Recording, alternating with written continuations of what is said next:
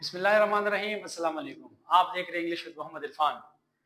हमने active and passive voice का सिलसिला स्टार्ट किया था। उसमें हमने प्रेजेंट के एस्पेक्ट कर दिए थे, मतलब एक्टिव जुमले हमने बनाए थे, उसको हमने कन्वर्ट किया था पैसिव वॉइस में। आज जो हम करने जा रहे हैं वो है पास्ट के एस्पेक्ट, और उसमें भी हमने सिंपल पास्ट यानी पास्ट इंडेफिनिट एस्पेक्ट कर दिए थे। उसमें हमने जुमले बनाए थे और उसको हमने कन्वर्ट किए थे पैसिव वॉइस में। आज का जो हमारा टॉपिक है वो है पास्ट कंटिन्यूअस यानी पास्ट प्रोग्रेसिव। इसमें भी हमने अफर्मेटिव और नेगेटिव जुमले एक्टिव बनाए थे, उसको हमने कन्वर्ट कर दिए पैसिव वॉइस में। आज का जो हमारा इसका जो लास्ट टॉपिक है यानी पास्ट कंटिन्यूअस का, वो है इंट्रोगेटिव।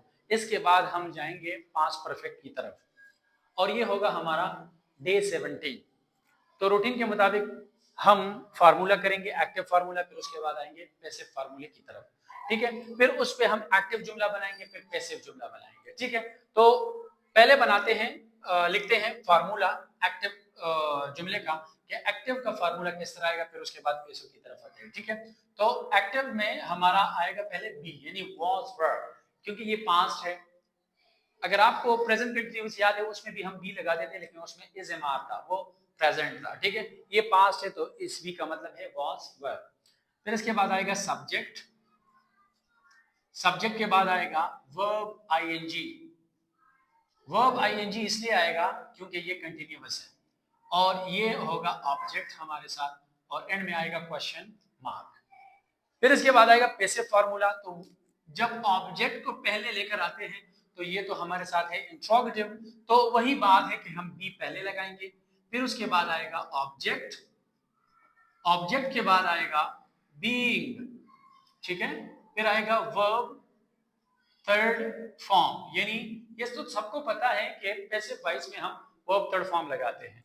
फिर आएगा बाय, फिर उसके बाद आएगा सब्जेक्ट, और एंड में आएगा क्वेश्चन मार्क।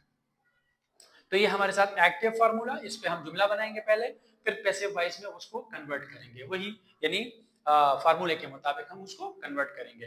तो पहले एक्टिव जुमला लिखते हैं। एक्टिव जुमला, फॉर एग्जांपल मेरे साथ है एक एक्टिव जुमला।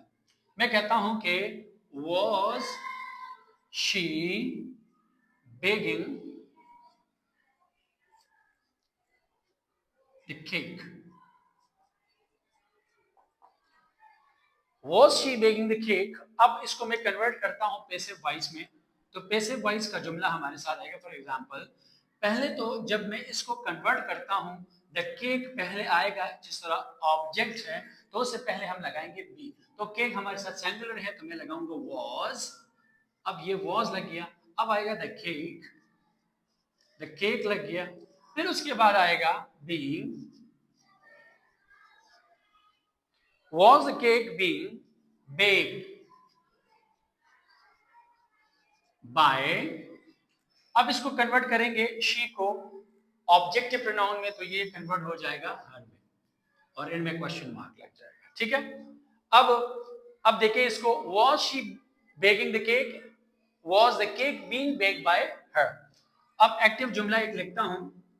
फॉर एग्जांपल मैं कहता हूं दे, सॉरी लगाएंगे were they playing football, and में क्वेश्चन मार्क। इसी जुमलों को मैं कन्वर्ट करता हूं, मैं कहता हूं पैसिव वॉइस। अब देखिए, फुटबॉल सिंगुलर है तो मैं लगाऊंगा was, और football being played, third form लगा दिए, by, अब दे को कन्वर्ट करूंगा then, एंड में question mark. Were they playing football? Was football being played by them?